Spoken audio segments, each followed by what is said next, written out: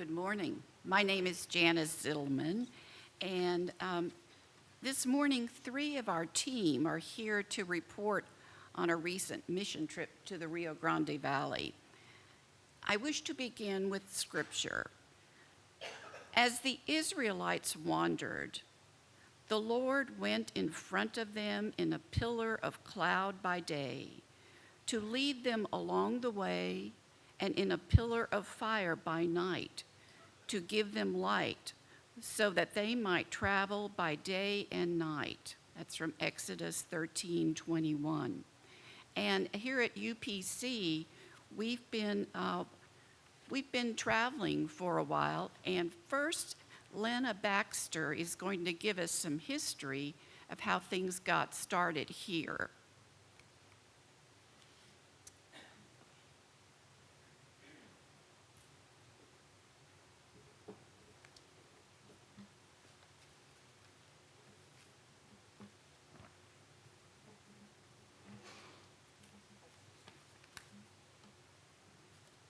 I'm going to do a little advertising for Mary.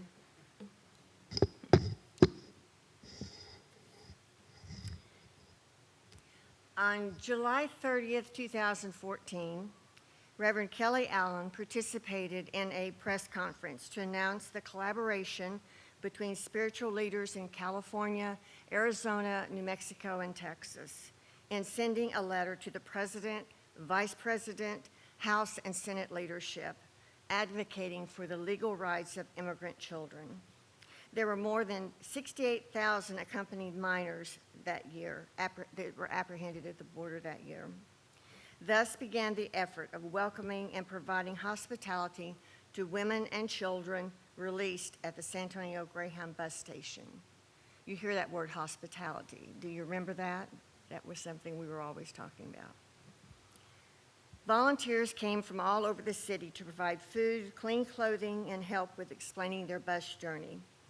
Kelly hosted a meeting at UPC, right here, for people interested in welcoming immigrants and asylum seekers that resulted in the first mission trip to McAllen and Catholic Charities Respite Center, where we volunteered assisting with meals, sorting clothes, and assisting with showers. I don't know if Sandy Nicholson is here. I was going to tell a joke, but I will say she took us on this wild ride because we wanted to see the border and see what was actually happening there. And we were finally confronted by some vigilante border patrol. They weren't real border patrol, and with their guns. And so she started, you're remembering that story too, aren't you? She started backing up quickly, and we went home. Not home, but back to where we were staying. The Interfaith Welcome Coalition was formed later that year as a humanitarian response to mothers and children fleeing deadly violence in Central America and seeking refuge in the United States. Kelly died suddenly in June of 2016 while attending a conference at Mo Ranch, speaking on immigration. Our leader was gone. Her vision, passion, and energy were gone, so it was up to us to carry on. Everyone who was on the IWC Leadership Council met here at UPC to discuss moving forward. Sister Pat Connolly and I became the co-chairs, and I had been in charge of all the backpacks, and so Jane Freed from UPS as well became the backpack coordinator and leader on the Leadership Council. IWC outreach continues to grow and now includes volunteers at the airport as well as the bus station. This is not the goal today, but I would love to tell you all the many stories of IWC and its growth. Many times we're in the middle of something, we'll look at each other, and someone who knew Kelly will say, "Wouldn't she be surprised?" And she would, but she would also follow that with, "What are you going to do now?" That was always her thing. Next. UPC members continue to find a way to support IWC and welcome immigrant families to San Antonio. Mary Lance and other members of UPC began the Prayer Flag Group to provide funds for IWC in Kelly's memory, and they've been doing that now. I'm not sure, I would say at least maybe 6-7 years. Mary also coordinates the volunteers who take lunches to the bus station for the immigrants arriving each day. Anastasia Bernal has recorded and deposited donations for the past 10 years as a reflection of her memories of Kelly. Every time I'd ask her, we're asking you to do too much, her response would always be, this is my memory of Kelly.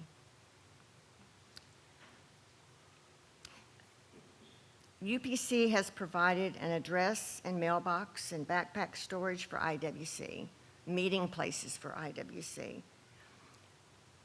Members of UPC have provided financial support, backpack donations, and attendance at prayer vigils and demonstrations. This congregation has continued to support the efforts of the Interfaith Welcome Coalition in its ministry to immigrants from all over the world. And that is something that has occurred. That at the beginning it was just Central America, but now it's Africa, South America, and even we've had an Eastern European family. I have made several trips to the RGV over the past 10 years, and the changes that have followed the political sentiment in our country, the changes there have followed the political sentiment in our country. The situation on our border has become a political issue that most surely will be used as a lever in the political race this fall. The politics, division, anger, and conflict were never more apparent than in our most recent UPC mission trip last month. Please pray for the people coming to our country to provide a safe place for their children. Please pray for the politicians who have the ability to make real change happen. Please pray for the many volunteers who take mission trips to assist the nonprofits and religious groups who serve immigrants. And finally, please pray for the volunteers who show up every day to do the work of the Interfaith Welcome Coalition. Thank you. And could we have the slides from the mission trip? There. Okay, great. So we thought it was important for Lena to provide some history because we are fortunate to have so many new people in our congregation that we wanted you to know. And looking back, it's been about 10 years now. That's quite a journey. So knowing that God has called us and will support us, 10 individuals responded to make the journey.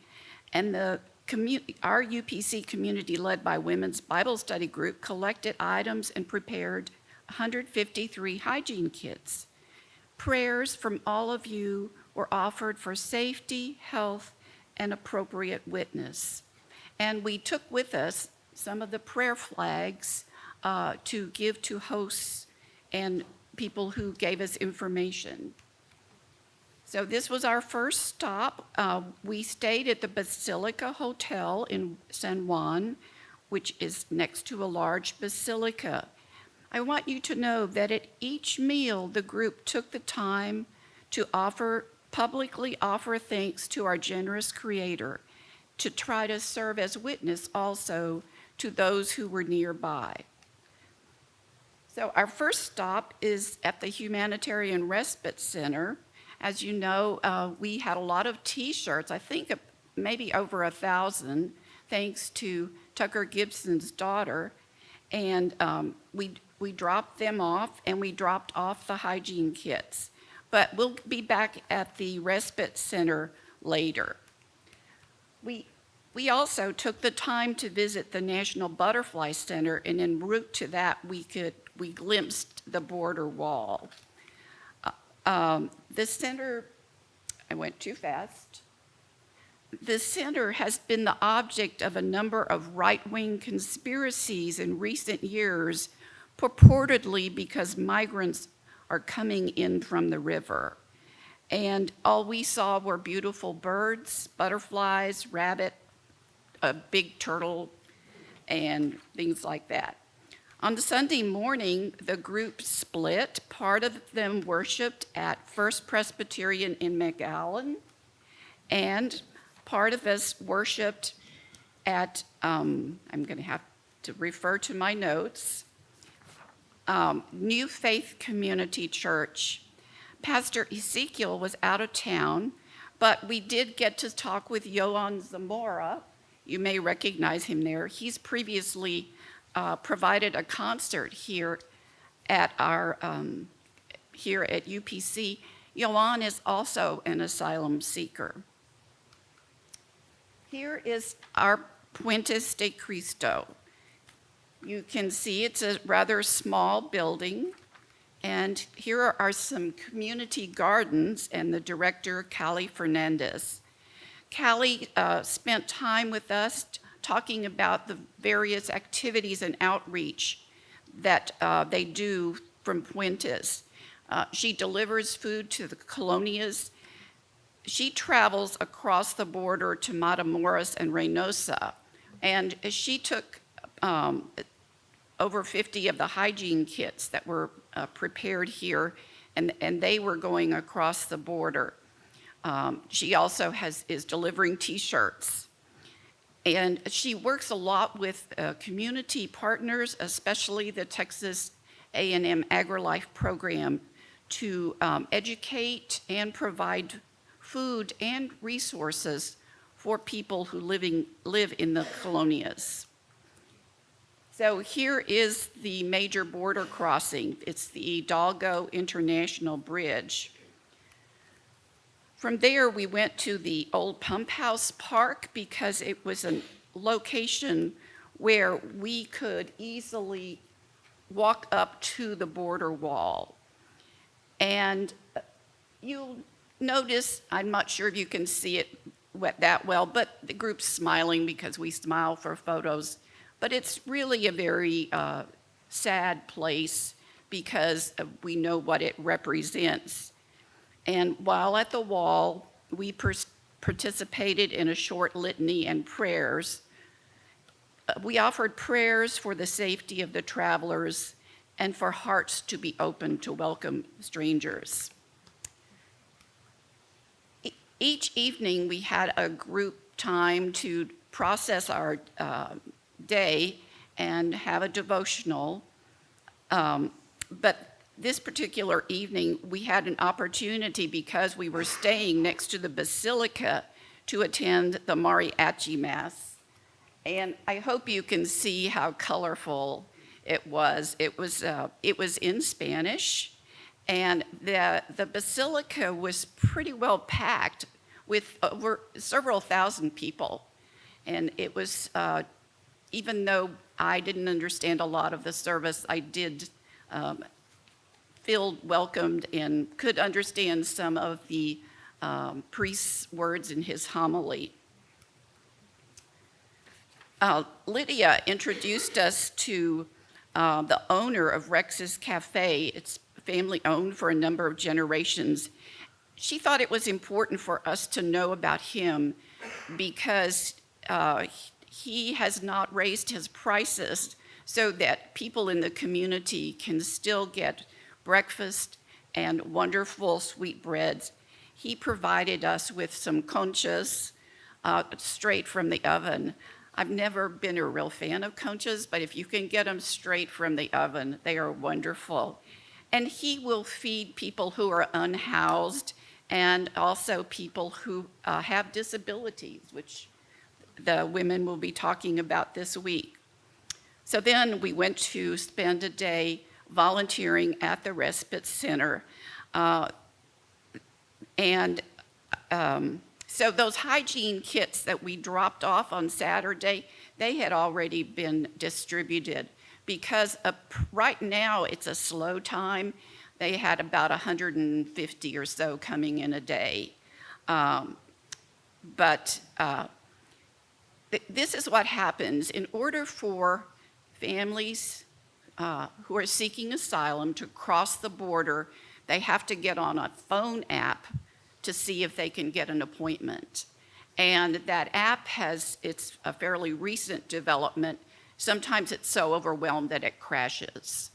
So they're only allowing a limited number of families, individuals, to cross each day. Once they are processed through there, they put I'm going to call them the leg irons on them. So just like someone who has committed a crime. And then typically they get on a bus, a white bus that doesn't have a name on it, and the bus will bring them to this humanitarian center, which is only a few blocks from the border. And they screen them for health reasons. Those who are ill are sent to hotels as long as needed. Families, women, and children stay in the main center that you see there. You can kind of see through the windows where the mattresses are on the floor, and they have their designated areas. The men go to a separate area, and anyone who is sick is housed in a hotel until they're well enough to leave. Upon arrival here, they check in at a registration desk so that the center has a record of everyone that's there. They have a record of where they plan to go, that kind of thing. And then they had, this is interesting, it was an old bar, or a nightclub, I guess. And the bar is where they have the pharmacy now. So they go to the pharmacy because to get over-the-counter meds, like things that might settle the stomach, Tylenol, cough medication, that kind of thing. And they also fill out forms if they're in need of clothing. After they've made this long journey, they often don't have any clothing other than what they're wearing. And the meals are served in the large dining room 3 times daily, and there's a large thermos of coffee milk that both the children and the adults would come to, and there's snacks also available. For those that are housed elsewhere, the meals are dished out and they're delivered before the people that are housed in the respite center. Pregnant women receive exams and are taken to the hospital for delivery if needed, and most guests stay only 1 or 2 days. So this is just a respite for when they've crossed the border. So here you can see some of us getting ready to help serve the lunch. And here you can see the travel assistance desk and the bus station. The bus station happens to be right across the street. If they're going by plane, then they will take them in a form of transportation.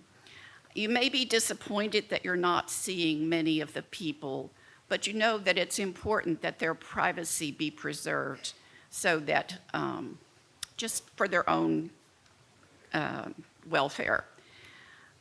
Arlene's going to talk in just a minute about her impressions of the children.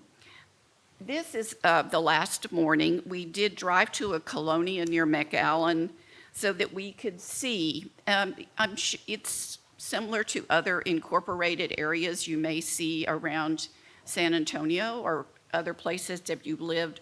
It's important to know, though, that they have little support for service, for infrastructure.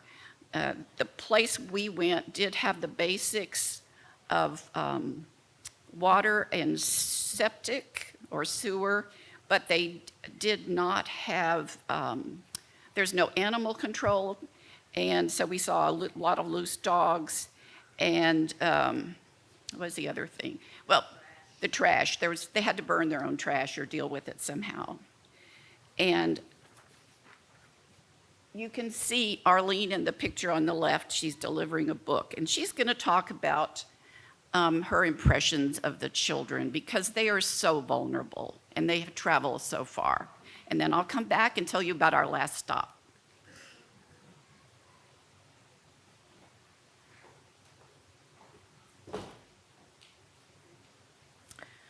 Buenos dias. Good morning to all of you, the people that may not know me. My name's Arlene Aguilar. I'm here to share with all of you what an amazing experience that I had with the immigrant children. Along with my colleagues, Jeanette Clark, Lena Baxter, and Sandy Nicholson. We were the 4 of the group that were selected to work with the children. It was a blessing for the children, as it was to all of us, to be able to interact with each other. It was really amazing. We had taken books We took blow-up balls, foam airplanes, a bean bag, and the Jenga game, and we were able to play and interact with all the children, and it was really fascinating. I found that when I was sitting at the table, I had them extend a table with several seats, and the children were sitting, and I read to them in Spanish. I was translating the books in Spanish, so I had practice at home before I went on my trip, hoping to do that, and I was able to. It was a lot of fun to see the children of all ages. They were engaging with me, and the joy that I saw as they were telling me the names of the animals and the pages they were reading with me. Before I knew it, they were not sitting along the seats, they were all surrounding me, which was really, really nice. It was really nice to see them. As I read the books to them, I felt really pleased to see the smiles on their faces. Considering what they had been through, and they still had a long journey ahead of them. We also experienced a heartbreaking issue, something that came up that was brought up to us from the Catholic Charities staff. They had asked us to pick up the toys that we had given to the children and remove them from them, and we didn't understand. But the thing is that they explained to us there were not enough toys for as many children, and they could not be without, and it wouldn't have been fair. So what they did and explained to us was, as the children were leaving with their families, as they were heading out of the facilities to their destinations, they would issue a toy to one of the children as they were exiting out. So we were told, and we were explaining to the children as we were taking their toys from them, they would play with them mañana. They were going to play with them tomorrow, and they were looking forward to playing with the toys tomorrow. So they understood, and so they gave them back to us. But it was kind of heartbreaking for us at first, and we understood then. We left the toys and all the books there, so they would be distributed, as I said. And then the following day, we had gone to a colonia in Hidalgo, Texas, and we had met with a family. And they had mentioned to us that they had never been visited or helped by anyone before, that we were the first ones that had attended to their home. There was a young boy there that had not been going to school with his grandmother and his father, and they had mentioned to us that he was not going to school, and they were teaching him at home. So at that time, I thought, there was a bag that I was carrying with me, and I had found there was some books left in there and a game. So I immediately went to the van and retrieved that and took it to them. And so the little boy immediately opened the books and started reading them. The neighborhood and the colonias, the neighborhoods there, that they have very poor structures in every manner that you can think of. It was very sad to see how the people live like that. It was really a beautiful experience, and I wish to continue on with the outstanding group of heroes that I was with, and the heroes here from our church family. I would highly recommend that if you're able to buy toys or books, and underwear for children and adults was also definitely a need there. They were short of these items, along with the hygiene items that we had given them as well. Again, I also want to thank everyone for their generosity and their gifts with the hygiene packages that our church family sent. And I want to thank the people that participated in putting the kits together. Please consider going on a mission trip to assist these people in need. It's such a rewarding experience for the immigrants as it was for us. And it would be for yourselves. Gracias.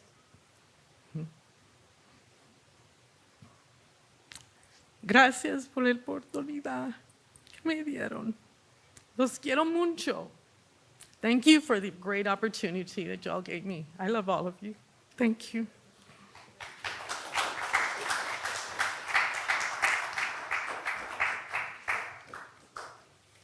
So then we had our final stop on the way back to San Antonio was in Falfurrias at the South Texas Human Rights Center. You may have heard about this. There's been a lot of news for a number of years about the people that go missing in Brooks County.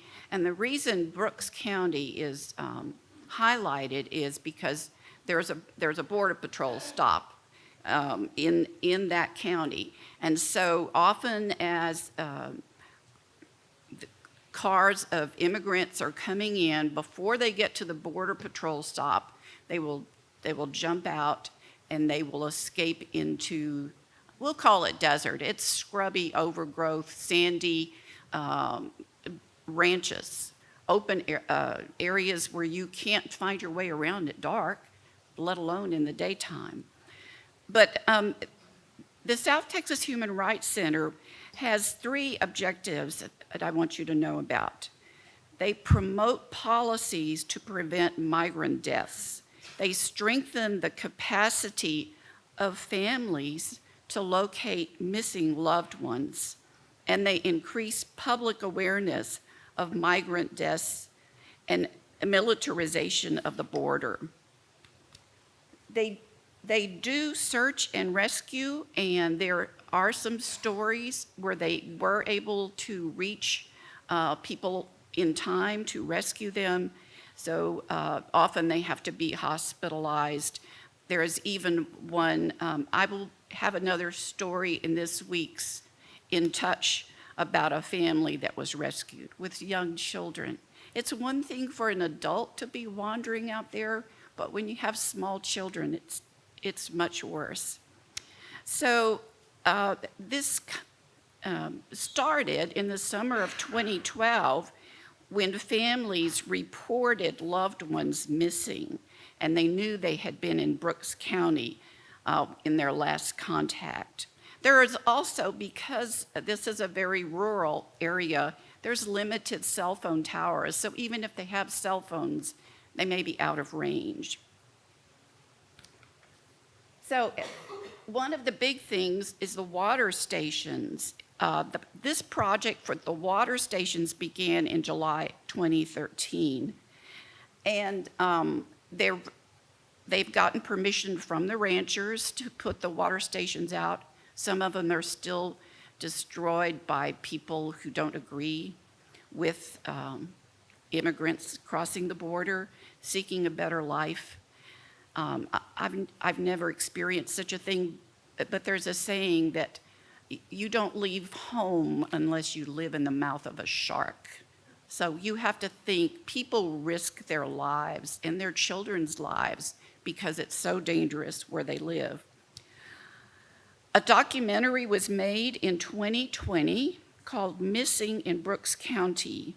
And if you have not seen that, I encourage you to look it up. You can, I think, pay about $5 and see it on Amazon. There'll be some showings this week in Texas, but none of them are here in San Antonio. I can give you information if you want to travel to Austin. Oops, I'm going to go back. So the director of the center is Eddie Canales, and he's very good at collaborating. He's worked with county commissioners, and he's worked with the Border Patrol. He's gained cooperation for the Border Patrol that when they do find someone, they will call Eddie so that they can get fingerprints, either alive or deceased, because they have recently made progress in identification with the use of fingerprints. And this enables them to identify more people. It's very sad, but the families do want to know, did their family member make it?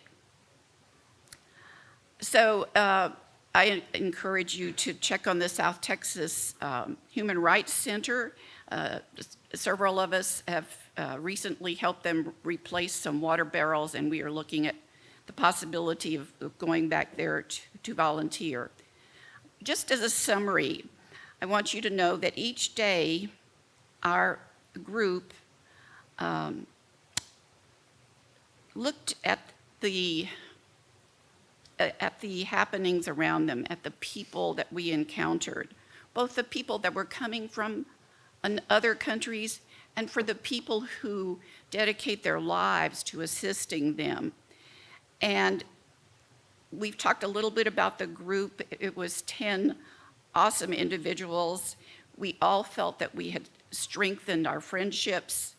And we didn't do what we thought we might do when we signed up to take this trip, but it was still a very important experience to us. And so you've seen 3 of us this morning. I want to remind you who the others were so you can talk to them. Jeanette Clark and Tucker Gibson, Fred Johnson, Sandy Nicholson, and Doug and Carla Posey are not here. I think they're looking for tulips. And Reverend Lydia Hernandez-Tricky.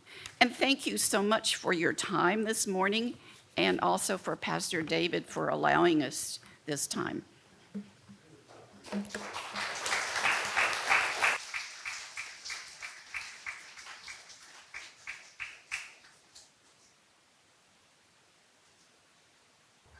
A mission trip serves a number of purposes. There's real helping that goes on.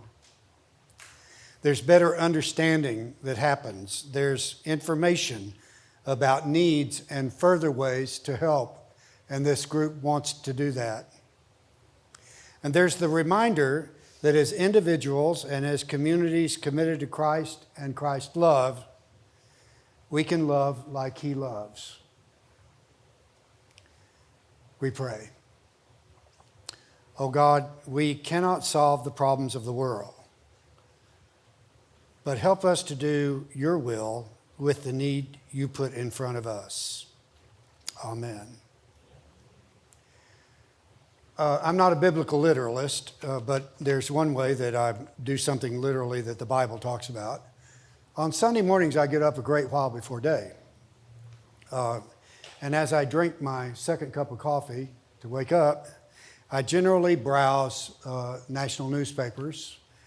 This morning, the Washington Post reported in a long and very fact-filled and picture-filled article that there are so many dead bodies along the border that there is no place left to put them.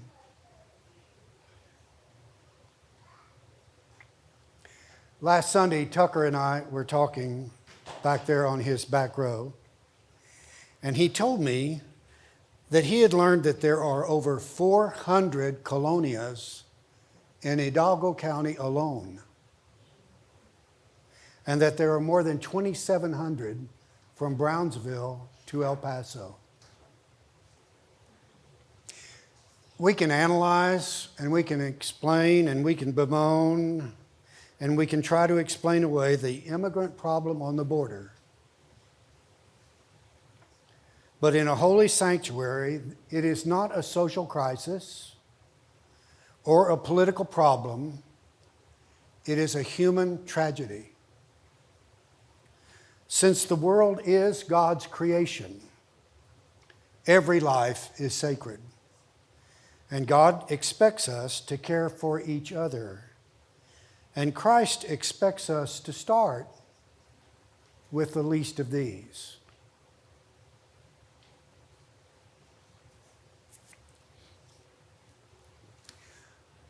I own 200 acres of what my mother always called God-forsaken sand and mesquite halfway between Kennedy and Goliad. My father was born on that piece of property that was a gift to his mom and dad from the rancher who treated my grandfather as a son. My father died at the age of 69, 30 years ago. But he had told me, as we walked across that place, lots of stories about his first years there. He had left that piece of God-forsaken sand and mesquite at the age of 12. His parents called it a farm, but they couldn't make a go of it. And my grandfather had a brother who lived on a ranch in Uvalde. They could go there to live, but they couldn't take children. So my dad journeyed to Waco to live with his 21-year-old brother in a boarding house. My dad was 12. What I did not know, that took me a long time to learn of why he took that journey, was that his parents could not feed him.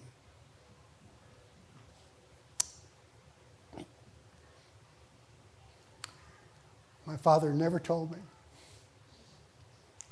He lived with a sense of gratitude and blessing because of all of the people throughout his life who had given him a lift and shown him kindness and taught him how to love others the way Christ had loved him through them. That is the way that we learn love, isn't it? Grace comes incarnate. Someone loves us. You can't really love unless you see it and experience it. And then you give thanks for it, and you learn to love by trying it on yourself. That really is the main thing in this place. We have vowed to extend our love and to love others as Christ loves us. And we have vowed here to extend our reach to the least of these.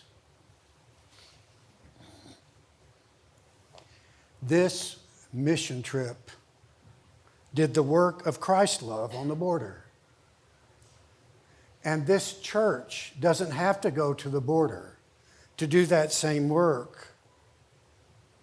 We don't have to go that far to find someone or some place or some agency that needs real help. And every one of those agencies needs so much help that they could never get enough help, much less too much help.